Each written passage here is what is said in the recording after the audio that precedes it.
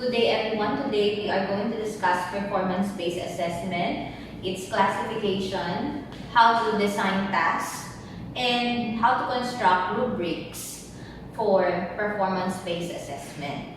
So we have to familiarize first the classification of performance-based assessment. You have to be familiar with it. There are two types. We call it process-oriented and product-oriented. So we have process-oriented performance-based assessment, which depicts that the assessment procedure has to be conducted during the time that the student is exercising the activity or during the time that there is an actual presentation of the activity. While in product-oriented performance assessment, we assess that the reason why we call it product is we assess the product, meaning after it was done. When it comes to process-oriented performance assessment, we conduct the assessment while the person is performing, while the person is doing the activity, and we assess the process of doing it. An example of that is dancing, presentation, theater activities, acting, what else? You have the oratorical pieces, reciting a poem, and other things which are performed and has to be assessed during the time that it is being done, meaning you have to assess the whole process of it.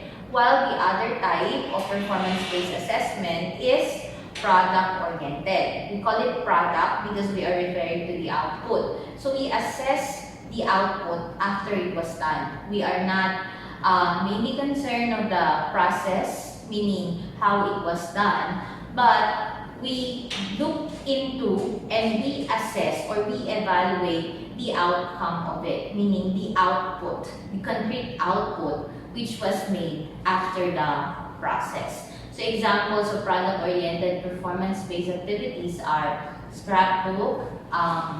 We also have the construction of instructional material, research paper, essay works, and other things which are graded right after it was done.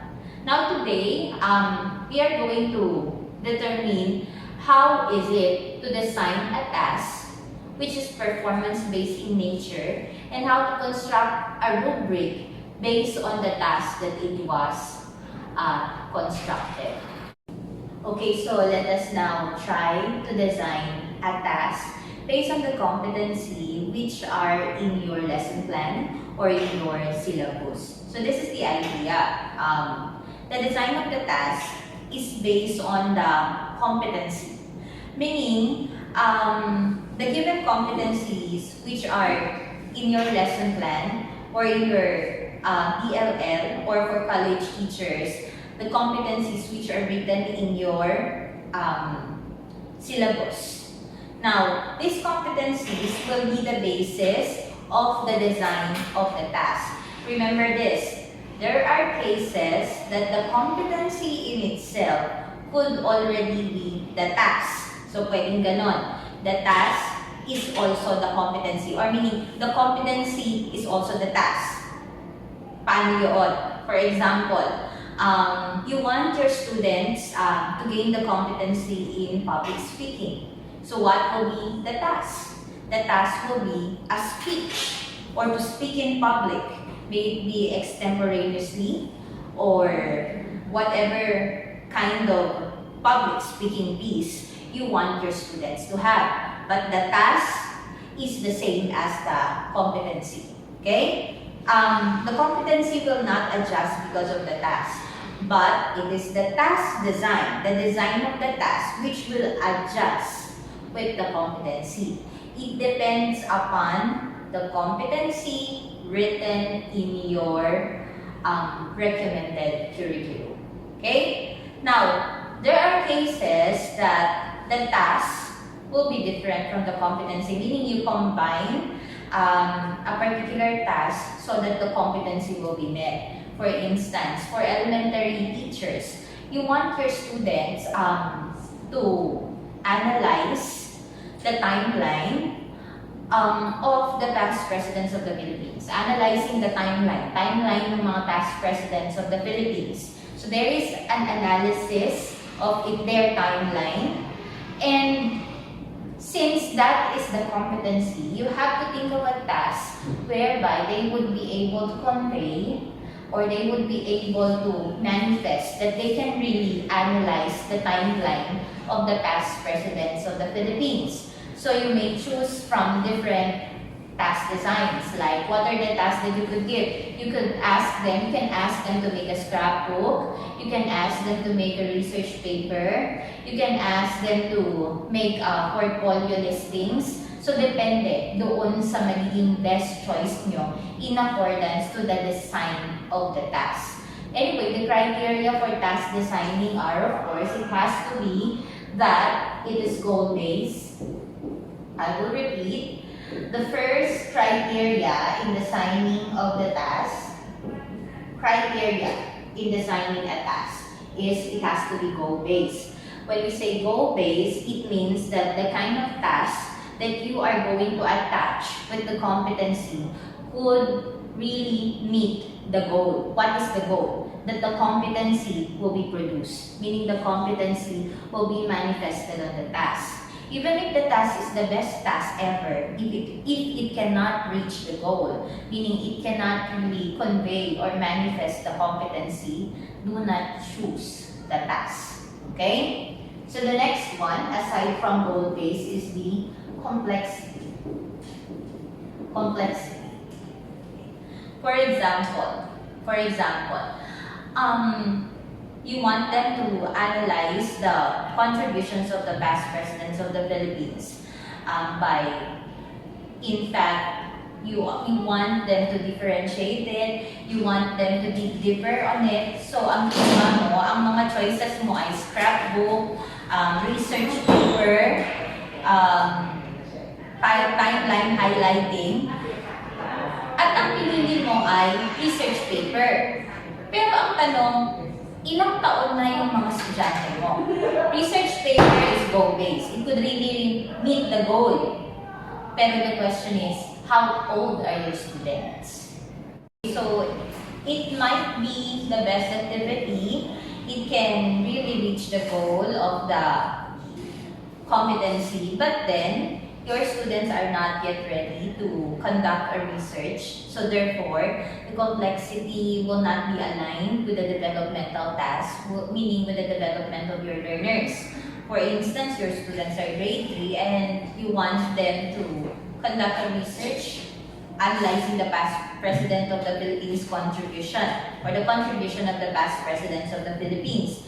It will not be okay, not because of the criteria goal-based, but because of the complexity. It will be quite difficult for the grade 3 learners. So we also consider the complexity. So in such case, it might be that the scrapbook will still be a better idea than other tasks. Now the third one is, aside from the complexity and goal-based, another criteria will be the interest. It should be that the task that you're gonna build will be interesting to your learners. You consider the age of your learners, well, the activity be very much interesting for them. So, if we choose the scrapbook and it's grade 3 level, it's goal-based, it's really of the right complexity. At the same time, you will really catch the interest of your learners. And lastly, dun sa criteria number 4, it should be that it would really develop the creativity of your learners. So looking into the activity which is the scrapbook, then therefore, it will be very, very interesting and it would really elicit creativity among the learners. So siya yung task na pipiliin ninyo. That's how you design a task. You have to consider this criteria before you select the right task, or meaning, mag-jargon tayo, right activity na gagamitin para ma-meet yung goal ng learners mo. Okay? So, that's how you design a task. Now, eto naman, before tayo gumawa ng talagang mag-design ng actual task at gumawa ng rubric, another idea is this. When you design the rubric, you have to be very careful about the criteria of your rubric. We grade the competency, not the task. There are some task designs, or meaning there are some activities whereby the rubric measures the task design, not the competency. So for example, the assignment of your student or the activity is that during the at the end of the lesson, the students would be able to analyze, the contributions of the past presidents of the Philippines. For instance, that will be the activity. Students would be able to analyze the contributions of the past presidents of the Philippines by creating a scrapbook. Yun na yung general objective mo. You see, andun yung mismong skill, which is, or competency, which is analyzing the contribution of the past presidents of the Philippines. Ang task design is by creating a scrapbook. What should be reflected on your rubric? You reflect the analysis of the contribution of the past presidents and not the making of the rubric. Okay? Within the criteria, you grade the analysis, not the scrapbook.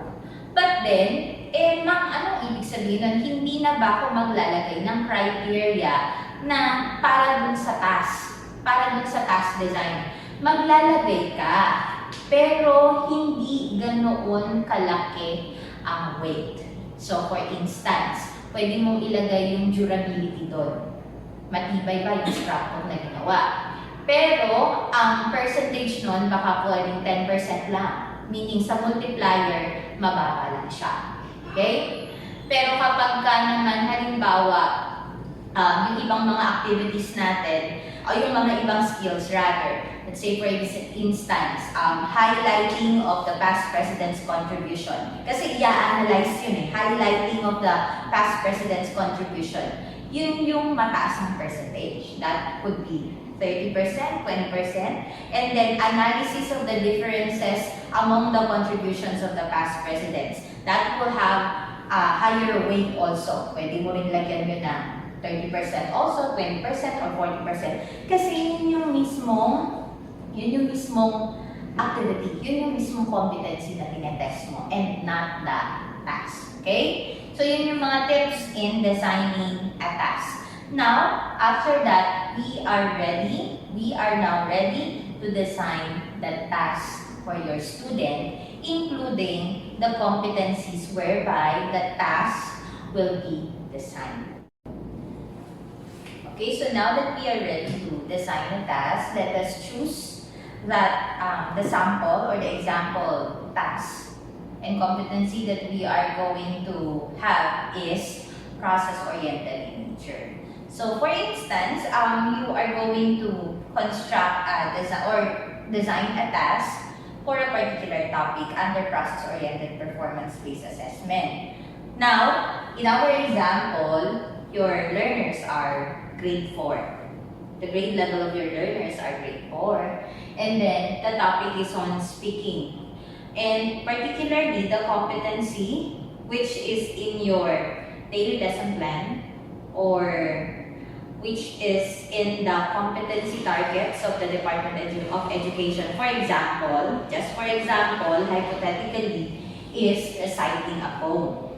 Now, if this is the competency that you would like your student to have, to possess, this is also the competency which you are going to test. And you are going to design a task which will fit in the consideration that your students would really be able to possess the competency in reciting a poem.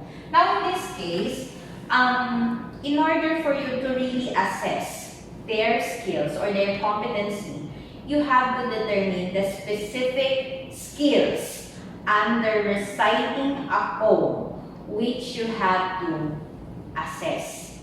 This means that for a competency, remember this, a competency are clusters of interrelated skills. Meaning, kaya mo tinatawag na competency ang isang bagay kasi binubuo siya ng iba't ibang maliliit na detalye at yung maliliit na detalye na yun ay tinatawag natin na skills. Halimbawa, competency in painting. That competency in painting has or is encompassing a lot of skills. What are those skills? One skill is, for instance, for a person to be said is good in painting, we should know how to sketch. We should know how to mix colors or blend colors. And then we should know how to apply the colors in the sketch. So if the person has these 3 skills, he has the competency in painting. But then if the person is only good in sketching, you cannot say that he's competent in painting. Because it entails that when someone is good in painting, he can really apply the colors in the paint. So magkakaiba yung mga yun, no? So ang competency ay yung painting, and then you have different related skills you put together to attain the competency. So ganun din dito sa competency sa bawat lesson na itinuturo natin. Competency in reading, may specific skills yung competency in reading, like yung pronunciation and other things which has to be considered. So in the same manner, in reciting a poem, you have to identify the kind of skills, meaning the skills that you are going to evaluate or you are going to assess to your students. Pero remember nyo to. Itong skills na ilalagay nyo dito, make sure na gagamitin din ninyo sa pagtuturo ninyo. Kasi itong mga skills na ito, na isusulat nyo dito, ito yung mga necessary equipment para magkaroon ng competency yung estudyante ninyo sa pagre-recite ng tula. So, ibig sabihin, kung magre-recite ng tula ang mga estudyante ninyo at yun yung final outcome na gusto nyo makita sa kanila kapag nagturo ka, yung mga activities mo related dun sa bawat skill. I think it was discussed last time in the video of authentic assessment, the phases of authentic assessment, kung paano magbuo ng isang authentic activity at kung paano na ma-possess ng estudyante o makuha ng estudyante o ma-acquire ng estudyante yung competency na gusto mong maging outcome. Dahil yung lahat ng skills ay nagkaroon ng scaffolding activities, meaning nagawan mo yung bawat skills ng formative exercises na ginawa during the instruction. Kaya nagkaroon ng skill, nagkaroon ng competency yung mga bata. So tingnan natin mabuti. Okay? You may go back to that video para mas clear yung sinasabi ko, para mas may background kayo yung sinasabi kong skills na yun. For the competency reciting a poem, you have to think of the skills. If you want your student to be competent in reciting a poem, what do you expect from them? Since this is reciting a poem, syempre, one of the skills should be memorization.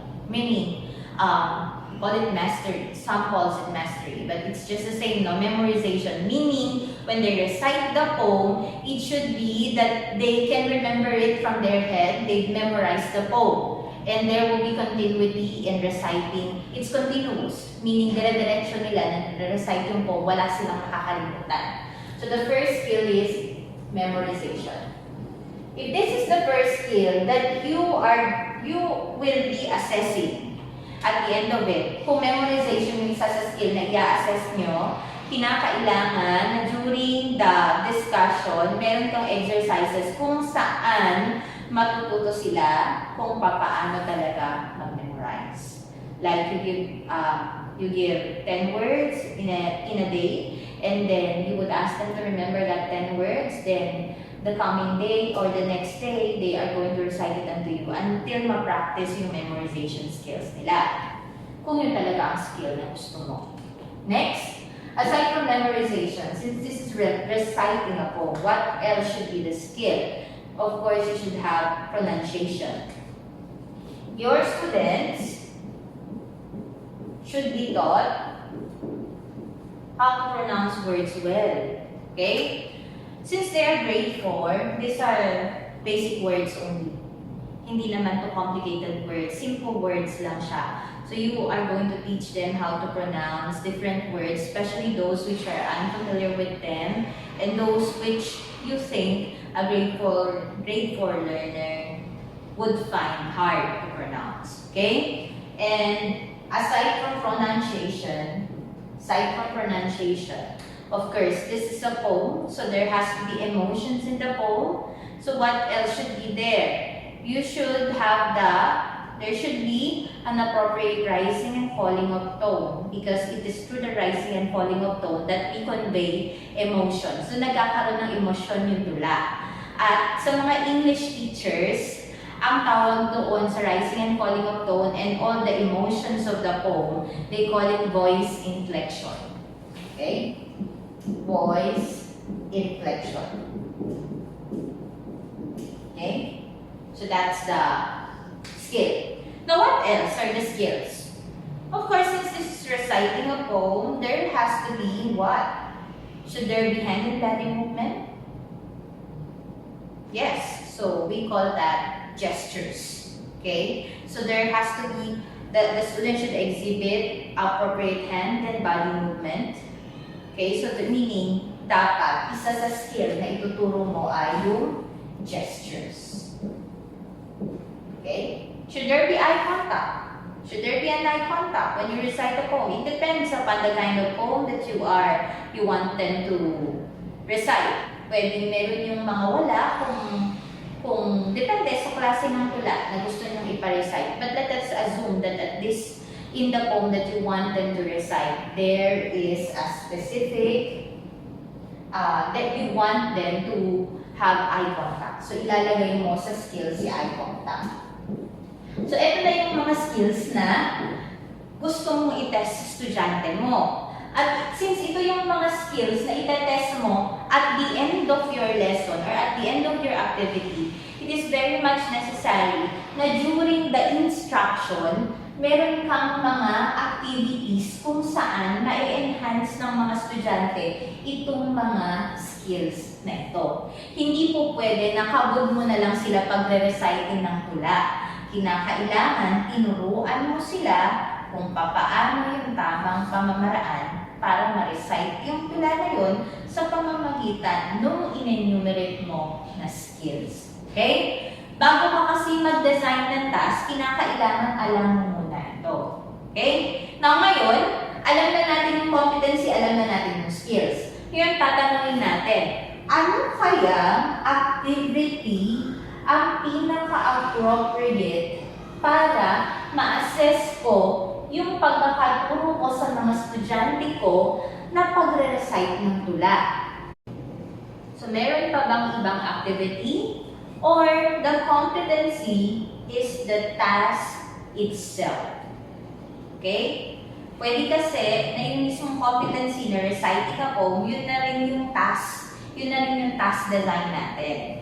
Meron pa bang ibang activity na kinakailangang i-attach doon sa competency natin? Or siya na rin ang ating activity? Oh yes, no? Tama. That reciting a poem is now our activity. Aside from it's the competency we are testing, it's also the activity that we are going to give in order to assess the competency.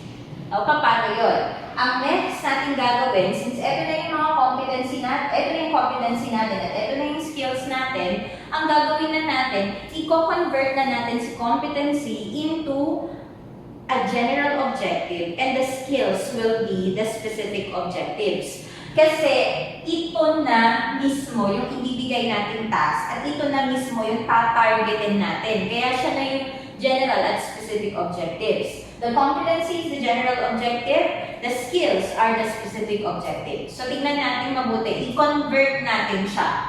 Okay? Na-start ko na kanina, sasabi dito, during the activity, students should be able to recite the poem. Rule in constructing objectives, it has to be specific. So what poem would you like your grade 4 students to recite? So ang lagi naman natin, alam ko yung mga ka-age natin dyan, no? Ang tula na madalas na ipa-recite sa atin ng grade 4 tayo ay All Things bright, and beautiful. Yan. So I hope you still remember this. So, paano nakita yung competency at yung task? Ito na yung task, ito na yung competency, nakapaloob na siya sa general objective. During the activity, students should be able to recite the poem, All Things Bright and Beautiful. Now, itutugtong mo na ngayon yung specific objectives mo. So, dito mo ilalagay yun. Specifically, they should be able to. Number 1. Ano yung number 1? Memorization. So, yun din ang ilalagay mo dito sa specific objective mo. How are you going to convert yung mismong skill na memorization into a specific objective? You now say, they should be able to recite the poem, pwedeng in memory, or para mas specific pa siya, to recite the poem without reading notes. So clear siya that your students will be reciting the poem without reading notes, meaning memorize talaga nila. Okay? Or you may say, recite the poem in memory. Or recall, pero ito yung pinaka-specific na construction. Number 2, you go with pronunciation. And we always say that when it comes to pronunciation, it entails 2 things. It's not just when we want our students to pronounce appropriately. There are 2 indicators of it. The first indicator is clarity, meaning clear, maliwanag. Okay? Naiintindihan noong nakikinig. And then the second one is accuracy, meaning they pronounce it accurately, at the same time, it is clear. Kasi the real goal of communication is to make every words that you utter clear and understandable in the part of the audience. Pag sinabing accurate, tama yung pagkakapronounce. Meron kasing tama yung pronunciation, pero hindi maliwanag dahil sobrahan ng stress. Meron din naman yung maliwanag, yung pagkakapronounce, pero hindi accurate. Okay? So, the next one is, they should be able to pronounce words in the poem clearly and accurately. Or, you can also say, pronounce the words in the poem with clarity and accuracy. Pwede rin yun, no? Pronounce the words in the poem with clarity and accuracy. Pwede rin yun. Number 3, the next one is voice inflection. Siyempre, ang objectives has to be specific. So, you don't write there, there should be appropriate voice inflection all throughout the recitation of the poem. Kasi hindi alam nung ibang mga readers o yung ibang what if non-English teacher yung magbabasa. No? Hindi niya naiintindihan kung ano ba tinutumbok ng voice inflection sa pagtula. So, dapat specific din kayo sa objective ninyo. Ano ba ang goal ng voice inflection? Magkaroon ng emosyon. Maramdaman kung malungkot o kung masaya. So, dito, ang gagawin mo dito, they should be able to create the ambience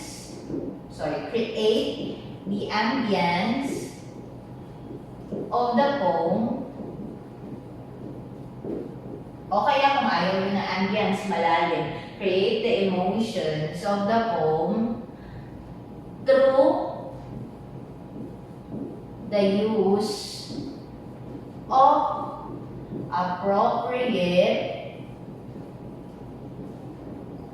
rising and falling of tones. Okay? So, bakit yun ang nakalagay? Kasi yung emotions ay kailangang ma-create sa pagbaba ng tono, at pagtaas ng tono, at pag-fluctuate ng mga tones na yun. Depende yun sa boses na ibibigay noong tutulan. Okay? And then number 4, when it comes to gestures, you have to specify that that's hand and body movement. So you just say, should be able to display appropriate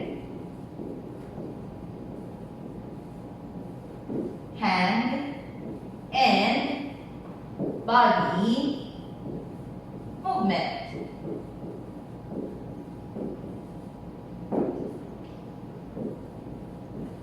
And lastly,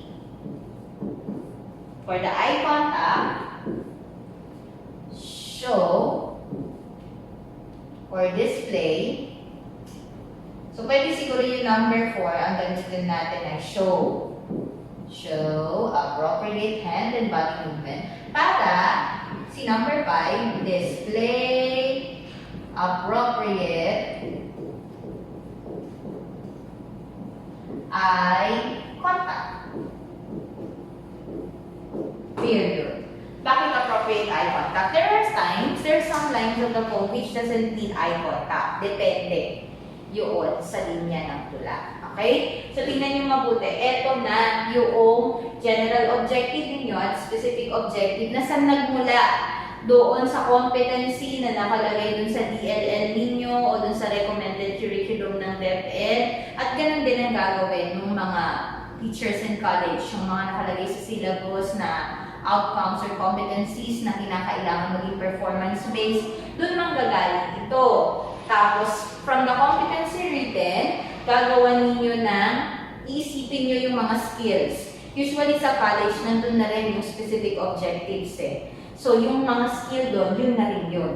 And then, the competency and the skills are converted into your objectives. These are now your objectives. Now, from these objectives, ito yung gagawan mo na rubric na tinatawag. Siyempre, dahil ito na yung objectives mo, ito na yung mga skills mo, ready ka na to teach. Okay?